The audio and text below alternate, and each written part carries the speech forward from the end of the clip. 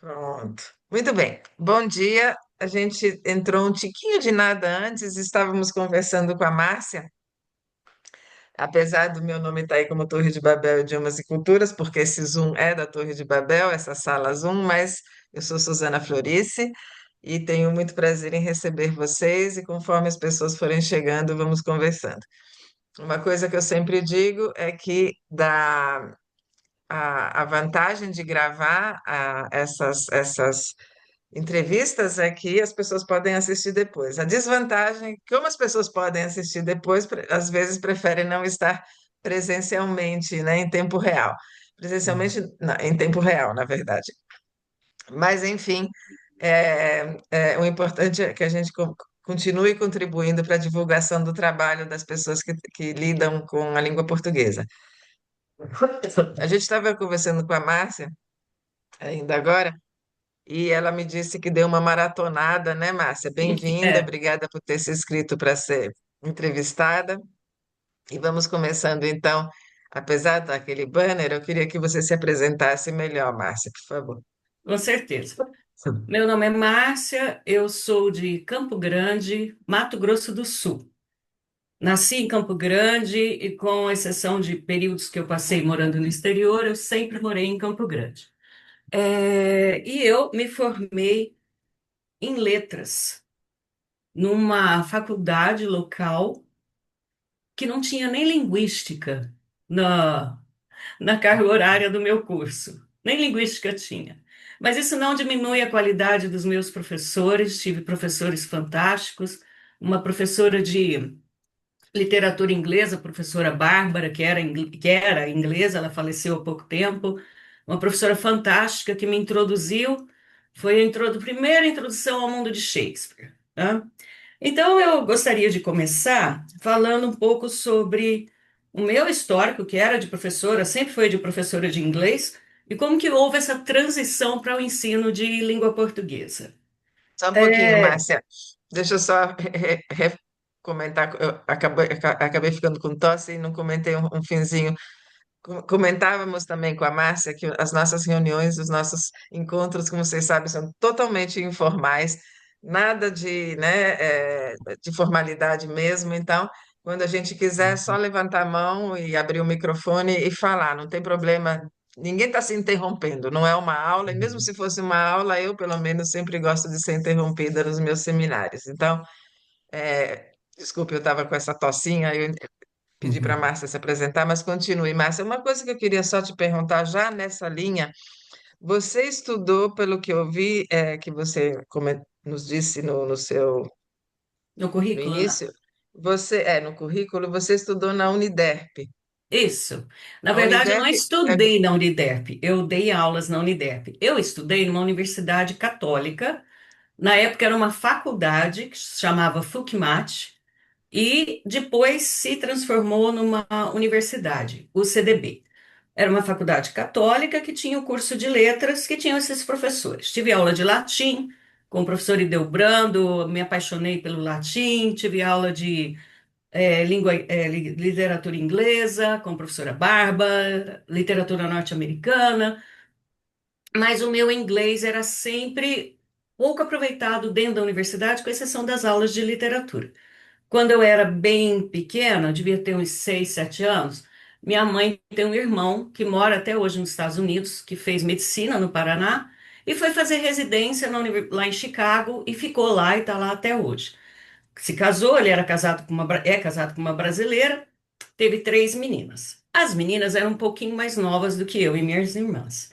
Só que em 1973, 74, essas meninas vinham para o Brasil e a minha tia enchia as malas das meninas de brinquedos, para elas não se aborrecerem aqui, nas férias, porque eles vinham, passavam 2, 3 meses aqui com os meus avós. E nos brinquedos vinham umas bonecas que eram muito diferentes das nossas bonecas. As nossas bonecas, os braços faziam assim.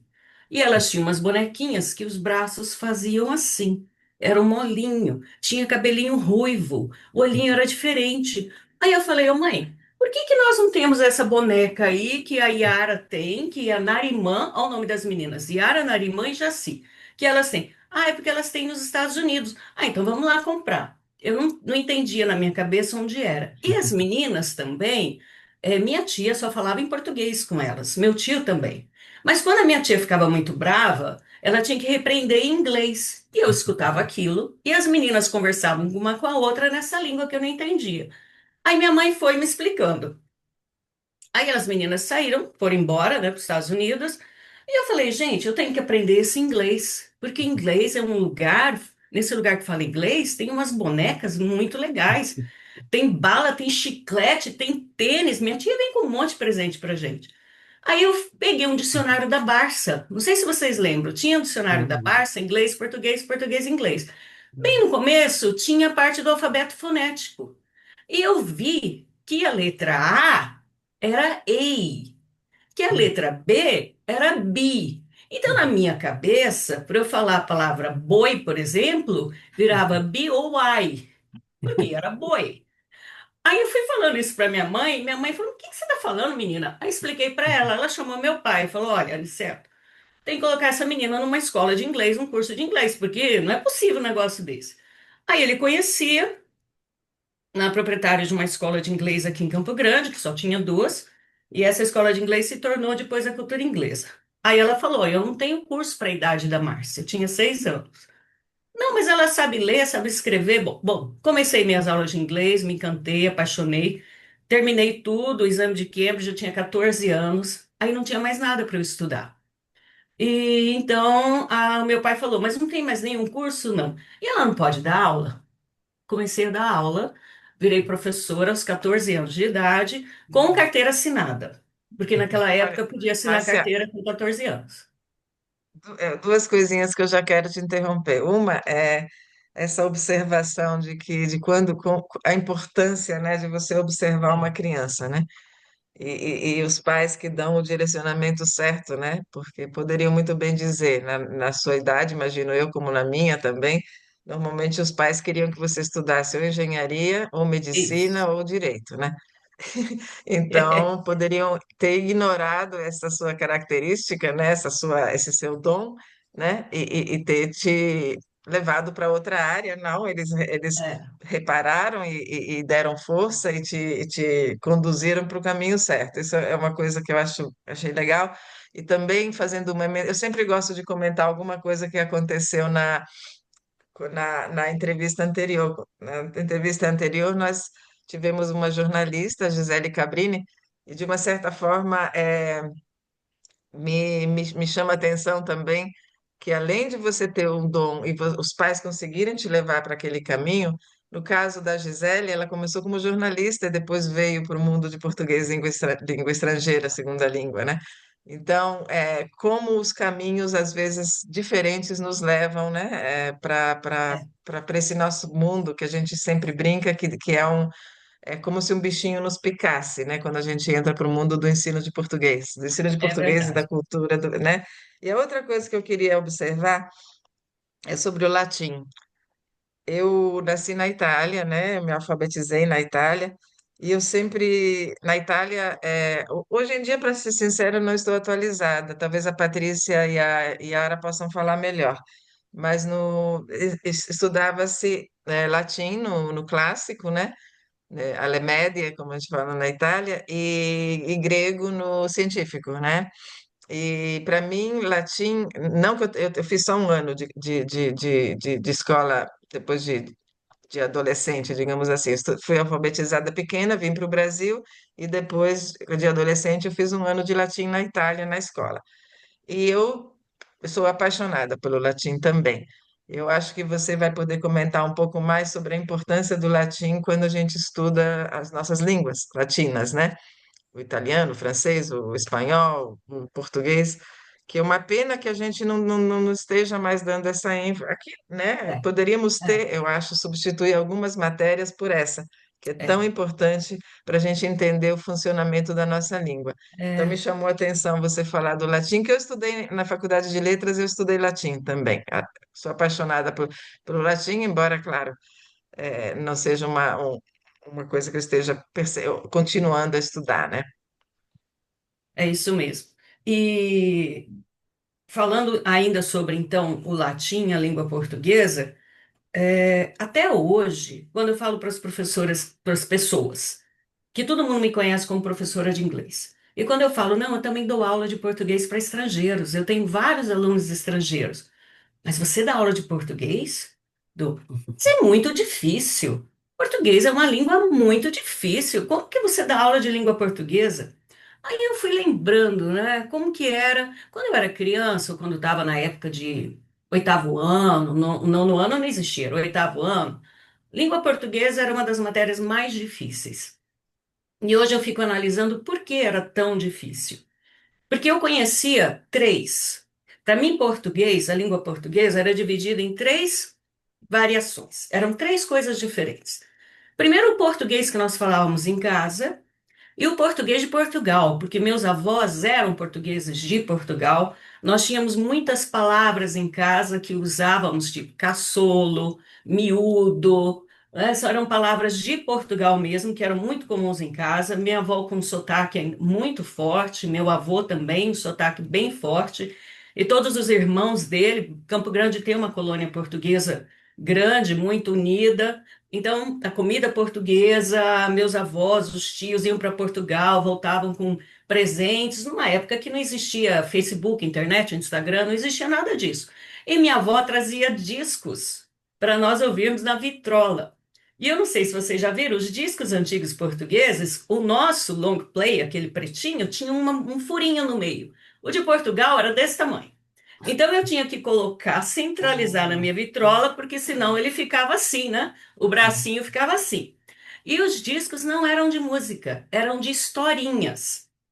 E muitas vezes a minha mãe tinha que traduzir para a gente, porque era o português de Portugal, histórias infantis de Portugal.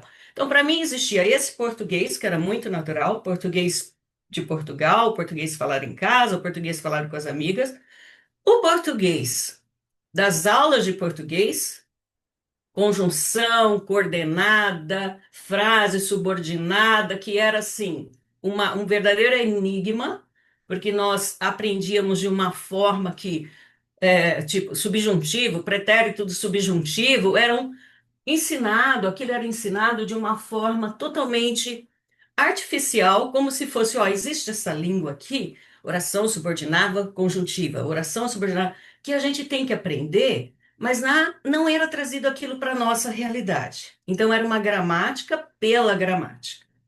E existia o português dos livros, dos romances que nós líamos. E eu sempre fui uma leitora voraz. Então, eu tinha o português de Machado de Assis, tinha o português de José de Alencar, e tinha o português dos romancistas brasileiros que nós tínhamos que ler também para a escola. E eu lia muito, gostava muito de ler, minha família, todo mundo sempre leu muito.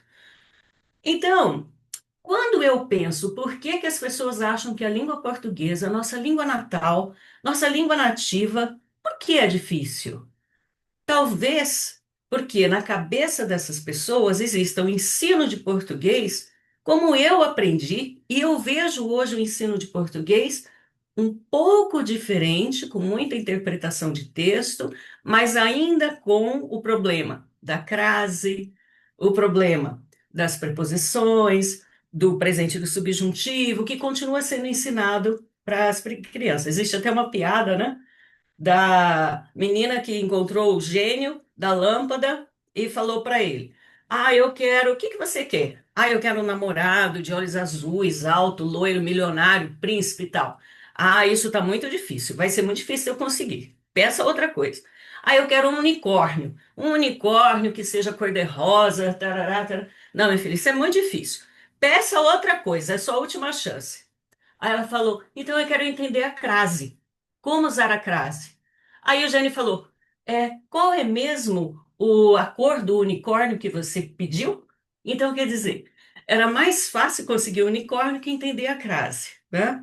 Então, existe o que eu acho ainda hoje, esse tabu do ensino da língua portuguesa.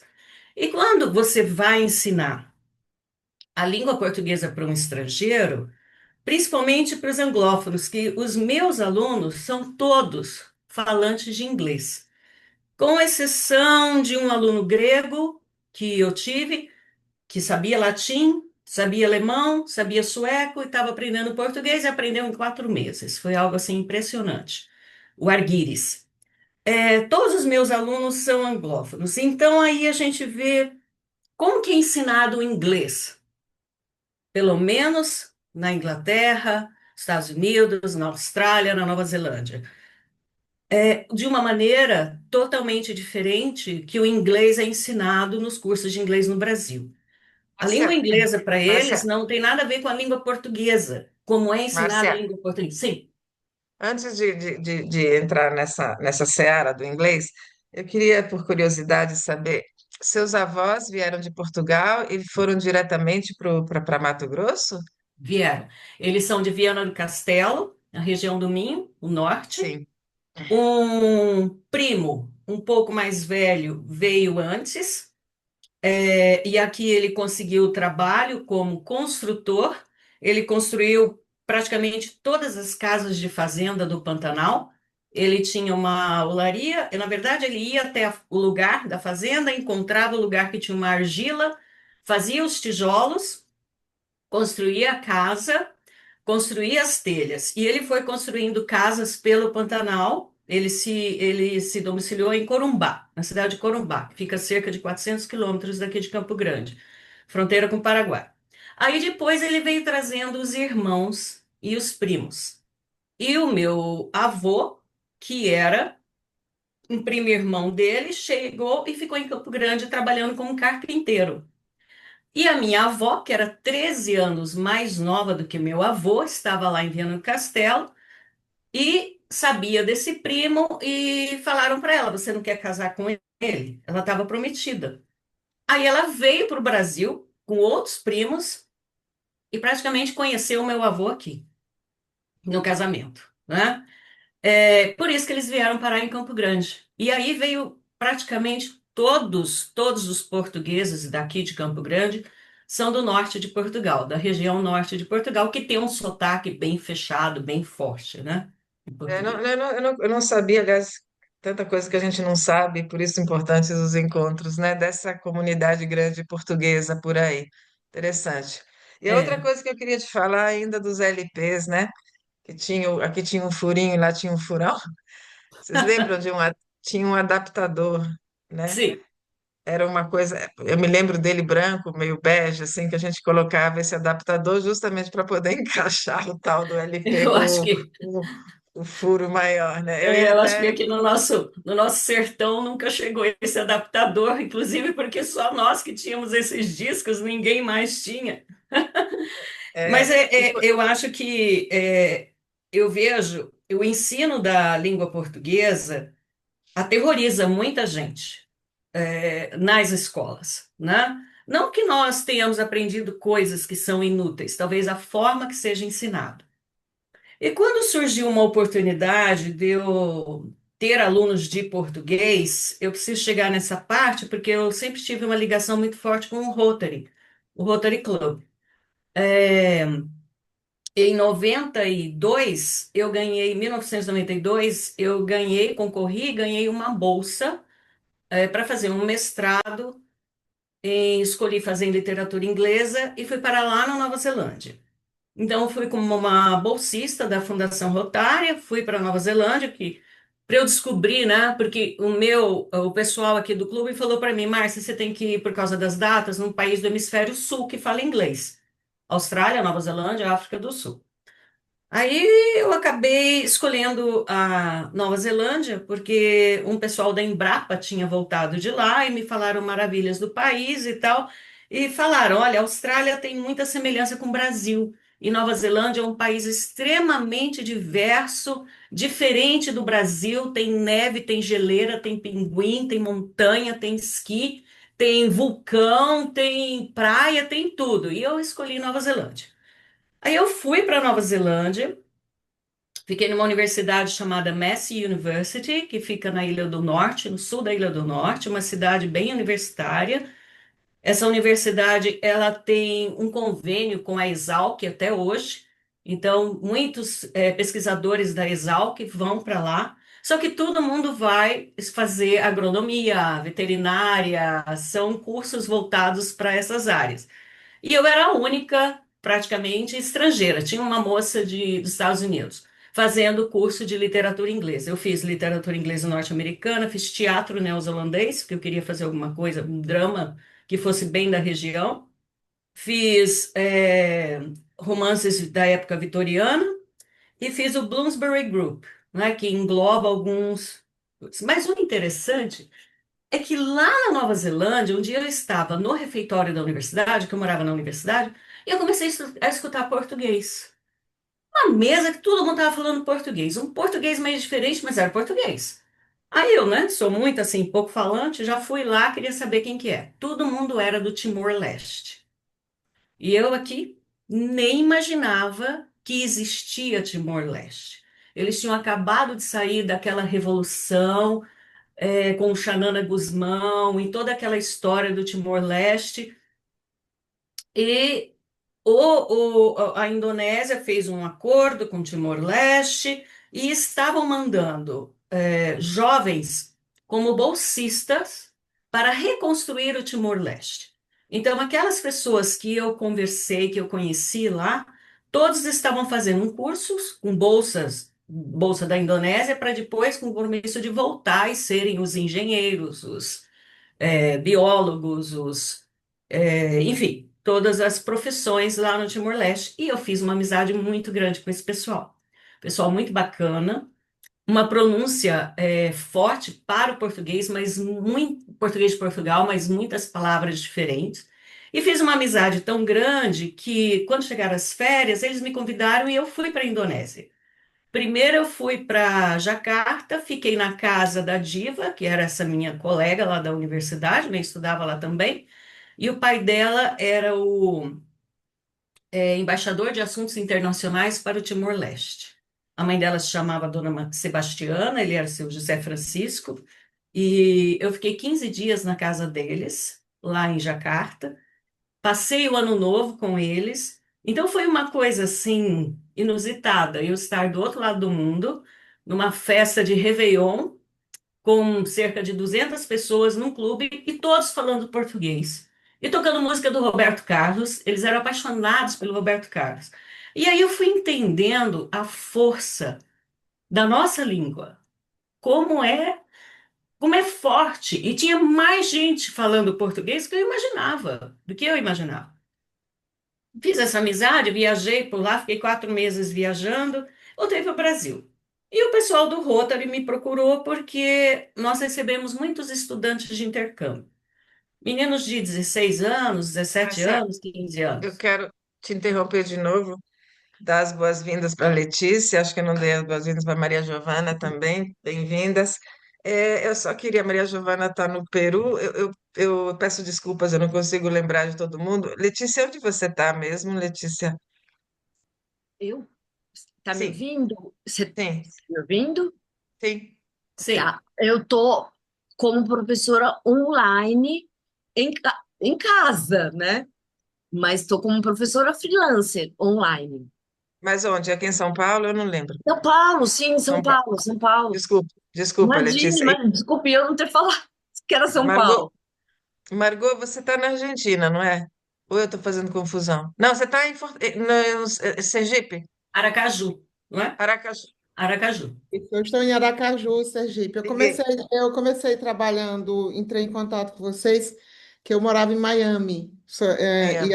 e lá, embora seja professora de português e francês, lá nos Estados Unidos eu só consegui trabalhar como professora de português, porque não sou nativa francesa. Eles não aceitam lá quando você não é nativa. E devido à Covid, meu marido teve que se aposentar lá e eu vim para cá, voltamos para cá, para o Brasil. Já retornei há uns 3 anos aqui. Mas a E, gente já se falou depois disso. Eu que não consegui registrar. mas eu continuo É, é, ensinando português para estrangeiros e a maioria são alunos lá dos Estados Unidos. Estados Unidos. Então temos, olha, a Itália com Patrícia e Yara, o Brasil, né? Eu, Maria Lúcia, Letícia, Maria Giovana no Peru, a Márcia em Mato Grosso. E Edson, onde você está, por favor? além de estar no carro, Foi, localizado, no foi São estacionamento de Paulo. que cidade? São Paulo, capital. Ah, você está aqui também. Ótimo. Ok, ótimo. Muito bem. Então, Márcia, o que eu queria falar é sobre um pouquinho sobre a Nova Zelândia. Você escolheu bem. Para quem não conhece, é obrigatório conhecer e quem gosta É, de natureza. Eu tive o prazer de ir à Nova Zelândia esse ano, em janeiro. Eu amei, é muito bonito, né, é Márcia? maravilhoso. É, Maravilhoso. E também o povo é muito gentil, muito acolhedor, porque não é em todos os países que você se sente bem-vindo. é A Nova verdade. Zelândia, com certeza, você se sente bem-vindo, uma facilidade para se fazer turismo. Mas sobre o Timor, lembrando que a nossa Universidade Mackenzie, com a professora Regina Brito, faz um trabalho de muito próximo com o Timor há muitos anos, né? Desde que eles precisaram voltar a aprender o português depois Aprendeu do domínio, português. exato, né? Porque era obrigatório o inglês, né? Então, a língua É, portuguesa foi a língua da resistência, né? foi. Do Timor. Que importante que é uma língua, né? A língua da resistência no Timor foi a língua portuguesa. E o Mackenzie faz esse trabalho, inclusive, hoje eu não sei, mas já levou muitos alunos de letras para o Timor para ajudar a ensinar português nas universidades, né? E em geral, no Timor. Então, o Timor realmente nos mostra, como eu já falei, essa importância da língua como resistência. Mas que bom que você teve essa experiência. Você sabe, Márcia, eu tenho I have a dream, né? Aqueles sonhos que a gente tem. Eu gostaria de, trabalhando com a língua portuguesa há 41 anos, né, pela Torre de Babel, eu gostaria de conhecer todos os países de língua portuguesa. Eu sei que alguns são mais difíceis, por motivos políticos, de guerra, disso, daquilo, mas por enquanto só conheci Portugal, Angola, né? E por enquanto é isso, e o Brasil. Mas eu gostaria de ir ao Timor, com certeza que também. Para o Timor você chegou aí ou ficou só na. Não, eu não cheguei aí até o Timor porque é muito difícil o deslocamento. Talvez hoje esteja mais fácil, mas quando eu fui em dezembro de 93 e janeiro de 94, foi nesse período. Eu me desloquei pelas ilhas da Indonésia, sempre daqueles ferry boats, que são aqueles barcos grandes, uns ônibus pequenos que eles têm, e você levava, as estradas eram muito precárias, tem muita montanha no interior nas ilhas. Então, uma viagem você olhava assim e falava, gente, são 100 quilômetros, a gente chega lá em 2 horas. Você levava um dia inteiro para chegar, porque o ônibus pequenininho ia assim. Então, eu fui para Sumatra, nas ilhas da Indonésia. Sumatra, eu estive em Komodo, na Ilha de Flores, e a Ilha de Flores foi a última ilha que nós fomos. E quando nós chegamos em Flores, nós queríamos seguir adiante, mas a questão da dificuldade, e nos avisaram, vai ficando tudo cada vez mais difícil. O transporte, a alimentação. A gente comia sempre com muito cuidado, principalmente a água. Chegou ao ponto da gente falar, escovar os dentes com Coca-Cola, que a gente achou mais seguro do que água mineral, que a gente virava ao contrário e tinha umas coisinhas assim boiando na a Irminum, que é água mineral. Eu aprendi muito do Barra Indonésio lá, que é a língua deles. O Barra Indonésio é uma língua muito fácil de você aprender. E é muito interessante que quando nós chegamos na Ilha de Flores, que foi a última ilha, depois de uns 40 dias viajando, nós víamos palavras, por exemplo, escola, lá nessa ilha, é secola. Então, a gente via escrito secola, originária do português. Sapato era sepato, sepato, S-E-P-A-T-U. Então, a gente foi vendo a influência ainda da língua portuguesa. Depois eu fui à Malásia. E na Malásia, nós estivemos em Malaca, e Malaca foi uma província portuguesa. Nós fomos num pequeno vilarejo lá que as pessoas falavam português. Tinha restaurante que oferecia bacalhau, mas isso também não sei se ainda existe hoje, já faz muito tempo. Então, a influência dessa parte. E na época, eu recebi uma oferta de emprego para dar aula de português em Macau. Então, eu conheci uma pessoa, um chinês, e ele falou: não, você precisa ir para Macau, porque ele sabia do meu currículo. nós precisamos de professora de português. Não fui. Talvez tivesse ido, deveria ter ido, mas não fui para Macau. E até hoje existe essa busca, né, de professores de português que moram em Hong Kong ou Macau, eles ainda têm essa busca por professores. Mas aí eu voltei para o Brasil e o pessoal do Rotary me procurou para ver se eu não daria aulas de português para esses jovens que chegavam aqui no nosso distrito do Rotary, que era é o distrito 4470, que engloba Mato Grosso do Sul, São Paulo, uma parte do Paraguai. E eu enchia, na época eu já tinha uma escola de inglês, eu enchia uma sala numa tarde, vinham mais ou menos uns 15 alunos, e eu dava aula de português para todo mundo junto e misturado. Tinha gente da Finlândia, Noruega, Suécia, Canadá, Alemanha, Itália, todos jovens, chegavam no Brasil sem falar nada de português, saber nada de português, mas eles tinham uns 2 meses de aula comigo, estavam matriculados nas escolas e logo pegavam o português, e aí eu não dava mais as aulas. Era um trabalho voluntário, muito divertido, mas aí eu tinha um problema, o material. O que que eu ia usar para dar aula para essa turma? Aí eu encontrei um livro, que eu não sei se vocês conhecem. Esse livro é da Maria de Lourdes Sá Pereira, Brazilian Portuguese Grammar. A primeira edição dele é do dia 1º de janeiro de 1948. Ela trabalhava numa universidade nos Estados Unidos. A edição que eu usava era de 1973. Nesse livro, que é de 1948, não existe a palavra caneta, existe a palavra pena, mas era o livro que eu tinha. Então, por que que ele era muito legal? Porque as explicações eram em inglês, que é uma coisa muito difícil de você encontrar. Naquela época, então, eu achei esse livro na biblioteca da universidade, era uma cópia, era fotocopiado, eu fiz outra cópia e comecei a usar um livro de 1948. Aí comecei a usar com meus alunos, mas eu adaptava, porque eu já tinha aquele feeling que os alunos queriam era falar. Eles queriam falar, ninguém queria saber de crase, queria saber de se é masculino, se é feminino, se o plural de M vira NS e nada disso. Então, eu comecei o que seria na época, né, um primórdio da abordagem comunicativa. Então, era falar, falar, falar. E foi uma experiência muito legal. Eu viajava muito com esses adolescentes aqui pelas. O Rotary faz muita conferência, faz muito almoço, muito encontro, e eu estava sempre em volta deles. Não sei se vocês já viram, eles costumam usar um paletó, um blazer, ou azul, ou vermelho, ou verde, todo cheio de pins, porque todos os adolescentes carregam os pins. Eles saem da Finlândia com vários pins representando a Finlândia e eles vão trocando. Cada vez que eles se encontram, eles vão trocando aqueles pins e eles vão prendendo no casaco. Então, o orgulho é ter aquele casaco coberto de pins. E eles aprendiam português tão rápido, era uma delícia. Com esse trabalho, as pessoas começaram, um boca a boca, a saber que Márcia, eu dava aula de português. Márcia, deixa eu só. Lembrando que vocês podem interromper a Márcia e fazer perguntas, viu? Por favor. Por favor, não me deixem aqui sozinha nas. Isso aqui é uma entrevista que não é da Suzana, é de todos nós, vocês sabem disso. Informalmente, né?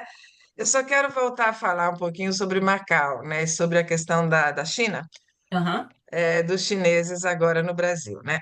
Realmente, se você tivesse ido para Macau, ou se tivesse aprendido algum chinês, hoje você seria ouro em pó aqui no Brasil, porque É estamos verdade. numa situação em que as empresas chinesas estão vindo para o Brasil e desesperadamente precisando de intérpretes, porque obviamente é para eles aprender o português. Quando eles vêm com algum português, eles vêm com o português de Portugal, o que É, sem dúvida alguma, no ambiente de negócios não ajuda. Confunde muitas vezes a fala com o português do Brasil. No mundo dos negócios está ficando uma situação. Aqui em São Paulo, estamos vivendo situações de muita necessidade realmente de quem fale chinês para dar aula de português, né? Então, mas quem iria imaginar o que está acontecendo? Quem iria imaginar que o mundo é, ia ter essas loucuras que a gente está vendo pelo bem e pelo mal, né? Na verdade, os momentos estão tão complexos para a humanidade como estamos vivendo hoje, tanta guerra, tanta, né? Então, mas era mais, além de querer falar de Macau e do ouro em pó, que é quem fala chinês agora aqui no Brasil, era mesmo para falar para vocês comentarem ou fazerem, abrirem o microfone e falarem, fazerem perguntas. A Letícia disse que tem uma prima de primeiro grau, que é Kiwi, migrou para Nova Zelândia aos 19 anos, e hoje a filha mais velha dela sempre diz que quer aprender português comigo, mas vive fugindo. Casa de ferreiro, espeto de pau, né?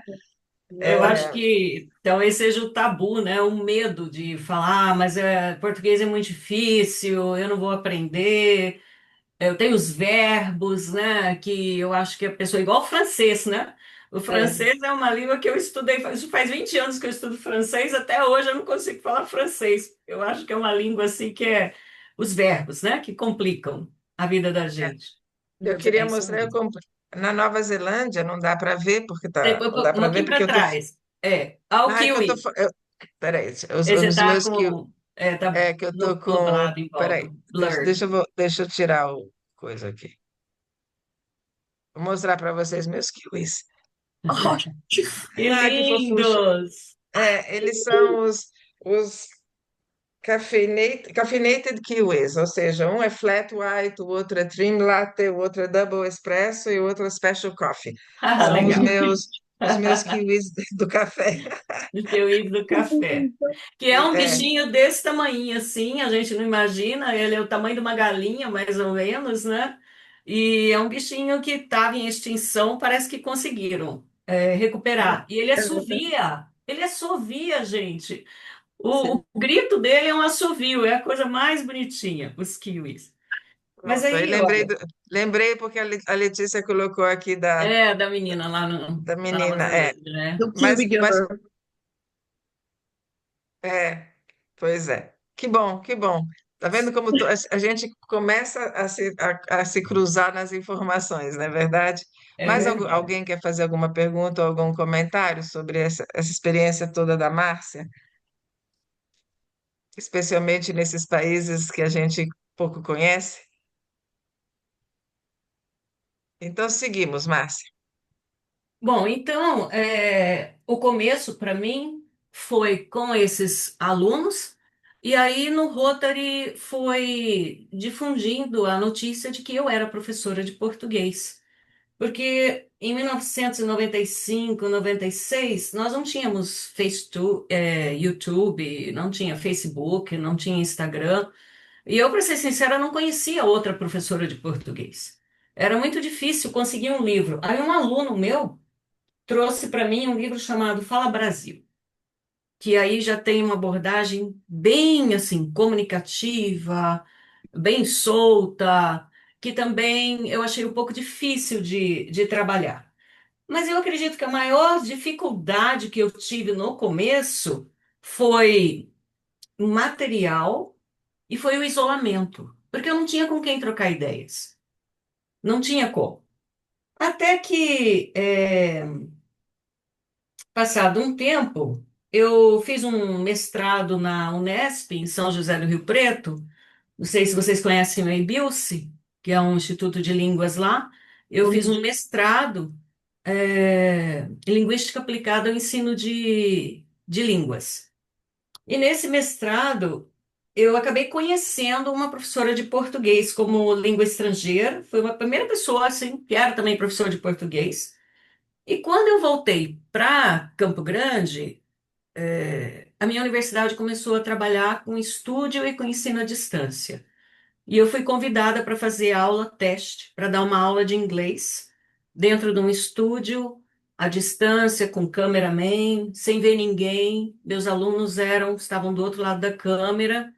E isso se desenvolveu para um projeto que acabou tendo mais de 100 polos no Brasil inteiro. Eles seguiram o modelo da Unopar, que é uma universidade no Paraná, não sei se vocês conhecem. E Sim. eu trabalhei no curso de letras e dei aula de inglês, de literatura inglesa, nesse curso à distância, além do curso presencial. Eu não falei que eu trabalhei 17 anos nessa universidade particular, como coordenadora do curso de letras. presencial, curso de letras à distância. Criei um centro de línguas lá, que se chamava CELINC, chegou a ter 1.000 alunos. Esse centro de línguas, a ideia era de trazer alunos de fora para dentro da universidade. Então, nós tínhamos pessoas da comunidade, professores, alunos, que vinham para fazer o curso de línguas. Tínhamos língua portuguesa, francês, inglês e espanhol. E eu cobrava, coloquei no projeto, uma semestralidade de R$ 90.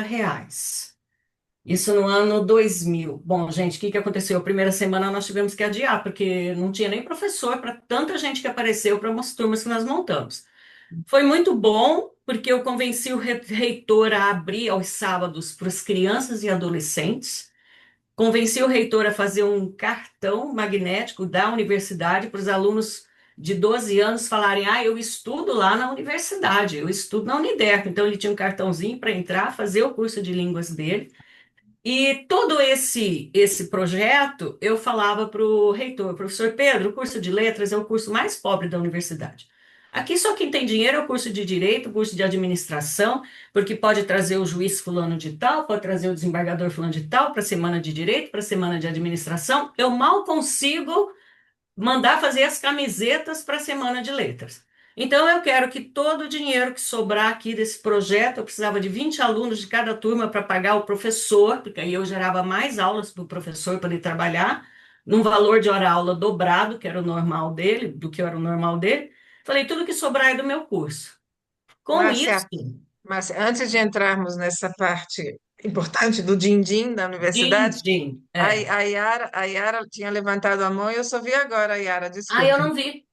Não, foi agora mesmo, mas é que dá dó de interromper, porque você tem muita coisa para contar, então por isso que eu estava esperando, mas como a gente daqui a pouco termina, eu tenho só uma pergunta rápida sobre o teatro. Você falou que você estudou, né, o teatro neozelandês, Isso, alguma coisa de teatro. isso. É, uma curiosidade que eu tenho, porque eu gosto muito dessa parte, eu queria saber se algum elemento do teatro, ou neozelandês, ou não, ou alguma coisa, te inspirou a levar esse conteúdo para as aulas de português de alguma forma. O Ah, conteúdo muito, ou o teatro em si. muito.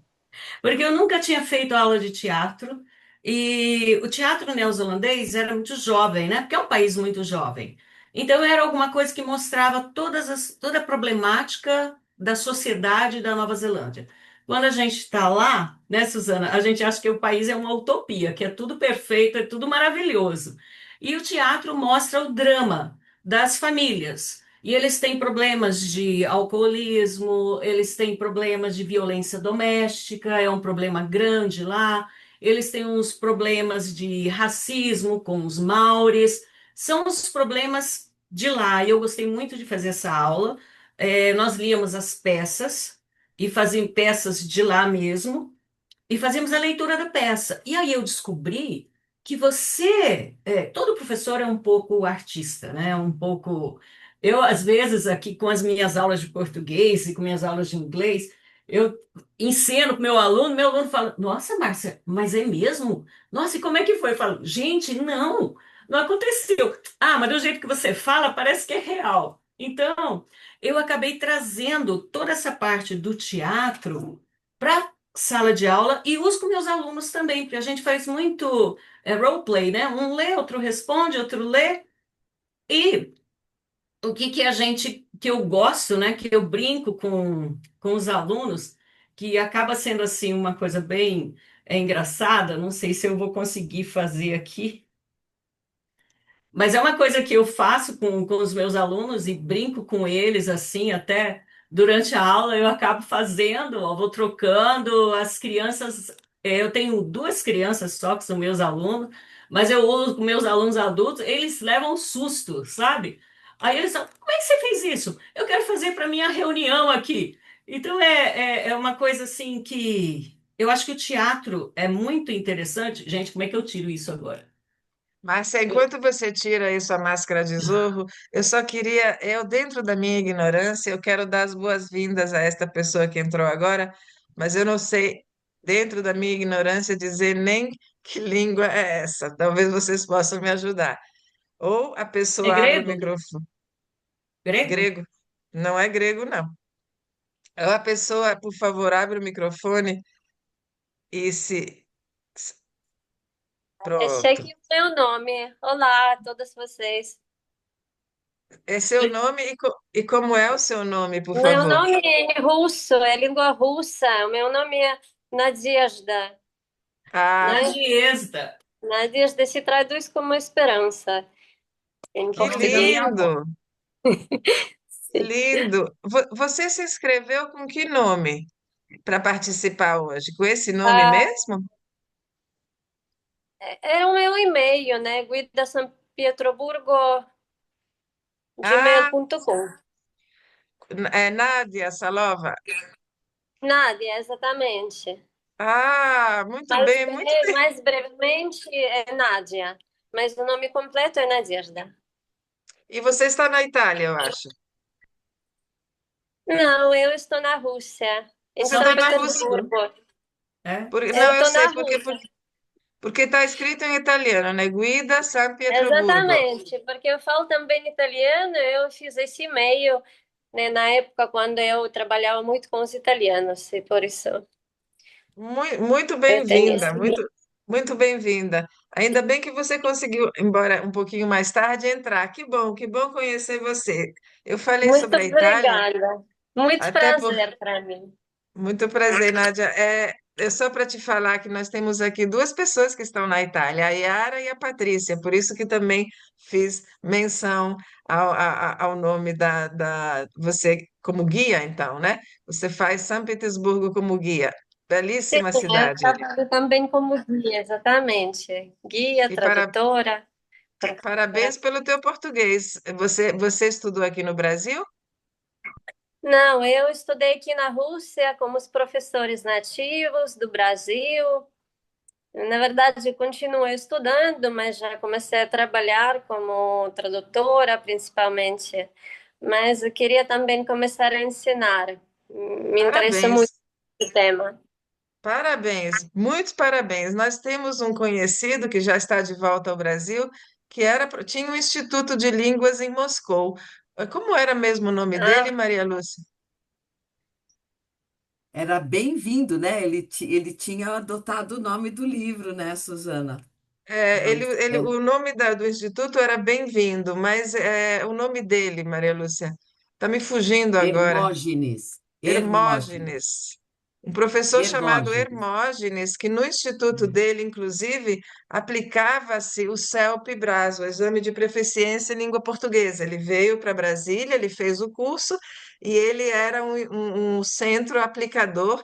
Agora ele não está mais, ele está de volta a São Paulo, mas ele era um centro aplicador do CELP-BRAS em Moscou. Então, tipo, então essa aqui é a Universidade das Línguas Estrangeiras, se chama MGLU, ou outra universidade que é a Universidade Estatal de Moscou. São duas universidades que têm esse direito agora na Rússia. agora, ele já voltou ao Brasil, mas era há alguns anos atrás. Mas muito bem-vinda, fico muito feliz que você esteja conosco. Márcia, Muito obrigada para vocês. desculpa te interromper, mas eu tinha que fazê-lo, você Não, muito concorda? interessante, é muito Entra, bom. entra É, esse nome assim, você fala, não, não, não, é, não, por favor, vamos saber quem é essa pessoa. é. Fica com a câmera aberta, por favor, né? A Márcia, gente não continuamos. reconhece, a gente não reconhece nem o alfabeto, né? Que é cirílico, e Pelo agora a amor gente de fica Deus, é. todo mundo Mas nós, curioso. olha, só É para ter isso mesmo. certeza de que a gente segue a nossa regra, até porque no YouTube mais de uma hora fica É, complicado, nós temos mais 10 minutinhos, sim. tá? Então, é só Então, para a gente ir resu- para os finalmente, tá, é, Márcia? só resumindo, o meu trabalho começou assim, a se voltar mais seriamente para a língua portuguesa em 2016, quando uma pessoa me procurou para dar aula de português para um namorado dela, que era da Inglaterra, o Craig, e o Craig tem aula comigo até hoje. Então, ele começou em 2016, tem aula comigo até hoje. Ele veio ao Brasil, casou-se com Lori, fui no casamento deles, ajudei a escrever os votos em português, e depois Craig me apresentou para um amigo que também é casado com uma brasileira, dou aula para o Harry também, e depois mãe do Craig, Shirley Ann, que quer falar português com os netos, E depois começou um indicando o outro, indicando o outro, indicando o outro, e eu não faço propaganda. Então, para essas pessoas que querem começar a dar aula de português ou dar uma. Eu nunca fiz propaganda. Eu tenho um Instagram que eu coloco algumas dicas, né? Coloquei agora do nosso encontro lá no meu Instagram, e as pessoas me acham lá. Me acham no Facebook, me acham no Instagram. Coloca o Instagram aqui no chat, Márcia, por favor. Tá. Lembrando que É, para mim, lembrando e relembrando que para a gente não faz não tem o menor problema vocês divulgarem material, divulgarem suas aulas. Para a gente não tem o menor problema. Estamos aí há 41 anos trabalhando todo mundo junto. Só uma coisa, Márcia, que eu também quero complementar. Volto a dizer, a Torre de Babel tem 41 anos, com direito a 3 páginas na revista Veja, não pagas, matéria da revista Veja. Nos procuraram 3 páginas e nunca nada veio pela revista Veja, nem é o boca a boca. é o No boca a nosso, boca. É. no nosso universo é a qualidade do nosso trabalho. A Letícia fez assim, é verdade, né, Letícia? É o boca a boca. Um fala para o outro, fala para. No nosso caso, Exatamente. uma empresa fala para outra, que fala para outra, que fala para outra, e no nosso caso, empresas. A gente praticamente não tem aula que não seja de negócio, do mundo dos negócios, business, né? Então, no nosso caso, mas é sempre o boca a boca. Mesmo agora mesmo estamos entrando em algumas empresas que eu achei que, quer dizer, tem uma fresta aberta que totalmente contato por indicação. Nada, nada, nada, nada. Então, não, no nosso caso de português língua estrangeira, acho que gastar dinheiro com publicidade e marketing não compensa. É o Não. boca a boca, é a qualidade do trabalho. Exatamente. E quando o aluno vem por uma indicação, ele vem resolvido a fechar um contrato. São alguns pontos que eu acho importante. Às vezes o professor que, mas eu só dou aula de casa. Ó, isso aqui é o meu cenário. Eu falo que não é minha sala de aula, é meu cenário. O meu cenário é estudado, eu tenho uma iluminação, que eu trabalhei na iluminação. Como eu trabalhei nessa universidade que tinha ensino à distância, nós tivemos aulas e a gente foi descobrindo a importância da sua apresentação. Com a sua apresentação, um batom, um cabelo, o brinco, uma blusa que tem uma cor que te favorece. Eu parei de usar preto, não uso branco, são roupas coloridas, porque você está mostrando que você se importa para o aluno. O aluno tem orgulho daquele professor que está com um cabelo, eles percebem. Eu não usava batom para dar aula. Aí o primeiro dia eu falei, gente, eu estou perdendo meu tempo. Catei meus batons, pus aqui, passei um batonzão. Minha primeira aula com um aluno, que eu tinha aluno há uns 3 meses. A professora hoje está com um batom vermelho. Gente, todos os alunos. Nossa, um aluno indiano que mora em Boston, eu dou aula de português para ele, ele, que brinco bonito, professora. É de ouro o seu brinco? Então, chama atenção. Isso mostra que você está valorizando o seu aluno. Então, são pontos importantes que eu acho que o professor precisa investir. Primeiro, uma boa cadeira, algumas coisas simples que você compra, já que você vai ficar horas na frente do computador. Eu trabalho com 2 telas, você ter um monitor grande, o seu note, você poder caminhar de um para o outro, você ter 2 telas abertas. Eu estou caminhando para comprar minha terceira tela, porque eu já vi necessidade. Todos são equipamentos que não são muito caros, eu não tenho nada de ponta, mas eu tenho tudo de gamer. Quando vocês forem comprar cadeira, compra cadeira de gamer. Compra um mouse que seja de gamer, porque é um mouse ergonômico, aquele que o menino fica lá 20 horas lá, o meu é tudo cheio de luzinha. Ele fica 20 horas lá sentado jogando e não tem dor nas costas.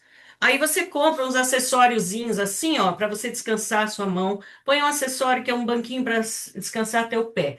Você tem que ter conforto, você tem que investir no seu equipamento e outra coisa, invista em cursos. A gente tem que acompanhar essa gurizada. Eu faço cursos com as meninas de 20 anos, de 25 anos. E não importa se o curso é de inglês, é de francês, elas ensinam inteligência artificial, elas têm material pronto. Eu não sou designer de slide. Eu não posso ficar 2 horas trabalhando num slide. Tem muita gente que vende material pronto de língua portuguesa, sim, que é um material bonito, chamativo. Eu posso indicar. Quem tiver interesse, tem me siga aí no meu WhatsApp. Eu indico. tem um material que você compra os slides, depois você pode ir mudando as frases, melhorando. Eu acho que o professor de português como língua estrangeira tem que manter, é, se manter up to date. Você tem que ser atualizado. Eu uso inteligência artificial, eu uso os slides, o material que existe pronto. Eu não me prendo a um livro só, eu preparo material. Minha aula é particular, personalizada, customizada. Meus alunos americanos querem aula da churrascaria no Brasil. Eles querem aula do ponto da carne, querem saber o que que é o corte. O corte da moda é a fraldinha. Eu já descobri, todo mundo quer comer fraldinha. Eu nem sabia que fraldinha era uma carne boa, mas agora é uma carne da moda. E o que você tem na churrascaria é picanha e fraldinha. Aí eu montei uma aula da Fazenda Churrascada, porque é uma churrascaria que todo mundo conhece, tem em São Paulo. Então eu faço essas aulas customizadas. E eu acho que tudo isso é o que segura o aluno. Sabe aquele aluno que não te larga por nada? Eu tenho um aluno que fala para mim, professora, eu vou ficar uns 8 anos aqui fazendo aula. Eu falei, não, você vai aprender antes. Não, mas eu não quero aprender, não, eu quero é a aula. Eu quero é a aula. Então, eu acho que tudo isso, você mostrando o quanto que seu aluno é importante para você, que você se preocupou, você organizou. Eu trabalho com Google Docs. O Google Docs é uma ferramenta do Google Drive, do próprio Google, de graça, que você monta um caderno para o seu aluno. Você tem aquilo online, o aluno tem aquilo ao mesmo tempo que você. Conforme você vai digitando, aparece, é mágica, gente, aparece para o aluno no documento dele ao mesmo tempo, é simultâneo. Vocês compartilham o mesmo documento. Os alunos são assim apaixonados. Eu tenho aluno de 76 anos na Califórnia que começou a usar Google Doc, que começou a usar o Google Drive, que usa a inteligência artificial. Então, a gente precisa se modernizar, a gente precisa se atualizar e entender que o nosso aluno de português quer ouvir, entender e falar. Isso é o que ele mais quer. Ele não está nem aí com a crase, nem aí com a crase. Meus alunos não E vão fazer o nós. exame, né? Não vão fazer o Nem os exame do celular. brasileiros, Márcia, nem os brasileiros Não, estão aí com a classe. Márcia, nem é. a gente precisa, a Patrícia, inclusive, já Precisa. precisou sair. Eu estava Aham. aqui procurando meu celular, que eu não sei onde eu pus. Coloca ele aí, por favor. Eu não consigo diminuir para pegar o seu e-mail. Coloca o seu e-mail aqui, por favor, no chat, que a Yara está pedindo. Mas eu queria já aproveitar para ir finalizando, Márcia, te agradecer muito, agradecer. Edson deve ter adorado certas dicas, né, Edson? Ó, você não é obrigado a usar batom. Não é obrigado, não é obrigada. Um brinco até vai, mas o batom não necessário. Mas se quiser também pode usar, pode chamar bastante atenção. Mas obrigada por ter estado conosco, Edson, Letícia, Maria Lúcia, como sempre, Yara, a Patrícia já saiu, Margot, Maria Giovana. E a nossa querida Nádia, né? Fui olhar de novo porque não tinha gravado. E, enfim, eu acho que foi muito interessante. Gostei muito, Márcia. Não nos conhecíamos, não, nunca tínhamos ouvido falar. Não sei, talvez eu não te conhecia, né? Então, vamos só relembrar que o nosso próximo encontro, no dia 23, se não me engano, eu estou divulgando, vou colocar daqui a pouco no Face, vai ser bastante interessante também e nós vamos conhecer mais sobre um instituto que eu muito pouco sei também, que é o Guimarães Rosa, tá? É uma pessoa do Guimarães Rosa, do Centro Guimarães Rosa de Buenos Aires, chama-se Fabiana Monteiro Guimarães Ferreira Pinho. Ela é do Itamaraty e está lotada em Buenos Aires, no Instituto Guimarães Rosa. Vai ser uma oportunidade para mim muito importante, porque pouco sei. Sei que fazem, né, que trabalham, mas a gente vai poder saber mais. Eu vou. Tá me fugindo agora.